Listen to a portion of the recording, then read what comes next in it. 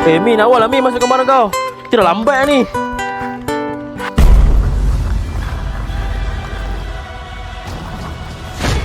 Banyak. Kau buat apa buat banyak ni? Aku first time Mal luar negara Mal. Ada lagi Mal. Sekejap. Kita naik MyV je, memang mana cukup. Mal, ni 4 ni baju Mal. Baju aku Mal. Ini semua kita punya travel document dengan takaful kita Mal. Aku dah ready dah. Dokumen? Ini Mal, cash. Aku dah tukar dah semua Mal untuk kita enjoy kat sana. Tapi ada lagi Mal. Sekejap. Dah cukup. Kau tak tengok ke video Maybank yang baru yang ada Tiger tu? Sini aku tunjuk kau.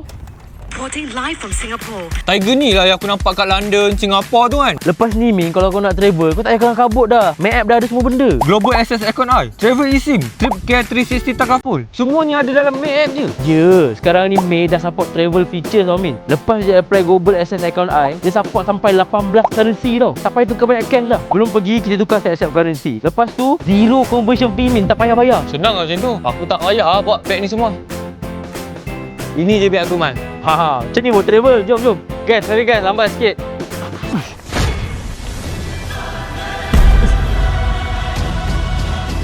Wih Min, Tolong ambil barang aku kat belakang tu.